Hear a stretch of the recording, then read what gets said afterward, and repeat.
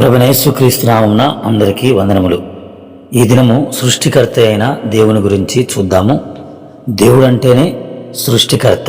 ప్రసంగి 12:2 వ్రాయబడింది, నీ బాల్య దినములందే నీ సృష్టికర్తను స్మరణకు తెచ్చుకునుము. సృష్టికర్తనగా అంతరిక్షము, అలాగున్నే భూమి ఆకాశములను సృష్టించినటువంటి దేవుడని పరిశుద్ధ గ్రంథము బైబిల్ నందు యెషయా గ్రంథము 45:18 వ్రాయబడింది. అలా సృష్టికర్తను చూస్తే ఆకాశమే కానీ, లేక భూమి మీద పశువులు, పక్షులు, లేక చక్కటి జంతువులు, ఇంకా రకరకాలైనటువంటి జీవులు, జీవరాశులు మనకు కనపడతాయి. వాటిని చూస్తున్నప్పుడు దేవుడు సృష్టికర్త అని మనకు తెలుస్తూ ఉన్నది. చూడండి, ఇలా ఉడతలు కానీ, మిడతలు కానీ, లేక చిరుతలు కానీ, ఇంకా సింహాలే కానీ, తాబేలు, ఏనుగు, ఇలా రకరకాలైనటువంటి జంతువులను, పక్షులను మనం చూడవచ్చు.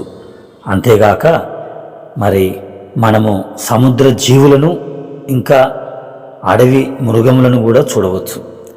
అడవి జంతువులతో పాటు ఎడారిలో ఉన్నటువంటి జీవులను, ఆకాశంలో ఎగిరేటువంటి పక్షులను, వాటన్నిటిని చూచినప్పుడు సృష్టికర్త ఉన్నాడని, అంతేగాక వర్షము, చక్కటి నీళ్లు, అందమైనటువంటి పుష్పములు, వాటి మీద ఎగిరేటువంటి మరి రకరకాలైనటువంటి జీవులు, వాటిని చూచినప్పుడు సృష్టికర్త ఉన్నాడని మనకు తెలుస్తలేదా? ఇలా పండ్లే కానీ చూడొచ్చు.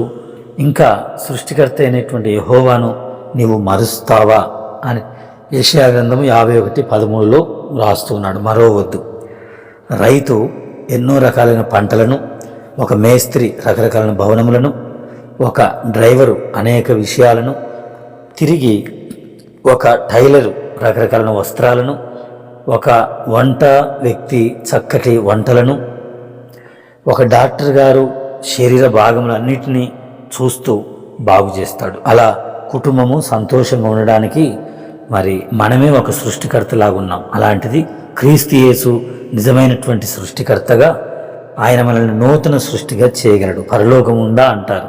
సృష్టికర్త ఉన్నప్పుడు ఇన్నిటిని చేసినటువంటి దేవుడు పరలోకమును చేయలేడా?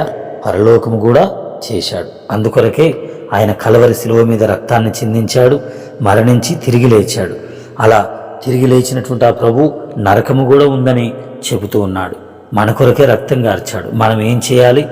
ఆ నమ్మకమైనటువంటి సృష్టికర్తకు మనలను మనం అప్పగించుకొని, మన పాపములను ఒప్పుకొని పశ్చాత్తాపడి ప్రార్థన చేయవలెను.